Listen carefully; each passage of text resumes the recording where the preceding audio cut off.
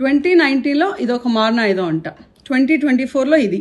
అంటే సాక్షి వాళ్ళ లెక్క ప్రకారం చంద్రబాబు నాయుడు గారు అప్పుడు 2019లో కానీ ఇప్పుడు 2024లో కానీ ఈ మారణాయుధాలు వాడి జగన్మోహన్ రెడ్డి గారిని హతమార్చుదాం అనుకుంటున్నారు.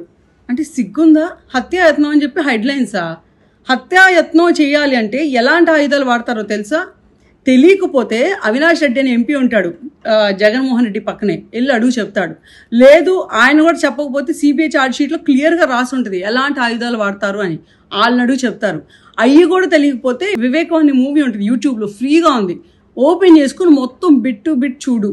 క్లియర్గా చేతికి మట్టి అంటకుండా, మన చేతికి రక్తం అంటకుండా మన బాబాయిని మనం చంపుకొని, ఆ చంపాక అదంతా ఒక ప్లాన్, ఒక సింపతి డ్రామాలా ప్లాన్ చేసుకొని పక్క పార్టీ మీద నెట్టేసి ఎలక్షన్లు ఎలా గెలవాలి అనేది జగన్మోహన్ రెడ్డి గారికి లేకపోతే ఆ పార్టీకి వెన్నుతో పెట్టిన విద్య. సో అలాంటి పార్టీ, అలాంటి నాయకులు బయటకు వచ్చి మా మీద హత్యాయత్నం చేస్తున్నారు, బాబు గారు వచ్చేసారు ఇచ్చేసారంటే ఎవ్వడు నమ్మడు.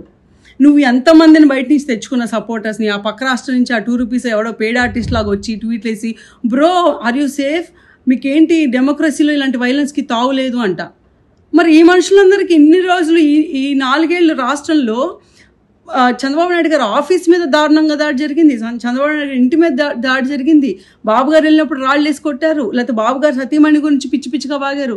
మరి దానంతా ఏమంటారు? అంటే డెమోక్రసీ ఓన్లీ జగన్మోహన్ రెడ్డిని కాపాడటానికి మాత్రమే ఉంటుందా? అదే డెమోక్రసీ మా అందరికీ ఉండదా?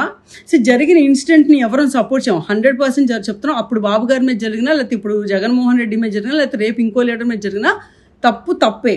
బట్ ఆ తప్పును వాడుకొని సిగ్గు లేకుండా ప్రతిదీ ఏది దొరికితే అది, శవం దొరికితే చాలు దాని మీద చిల్లర ఏరుకుందాం అని చెప్పి రాబందులాగా ఎదురు చూస్తూ ఉంటే పీక్కు తిందాం అని చెప్పి ఎన్నో రోజులకి జనాలు చూడరు.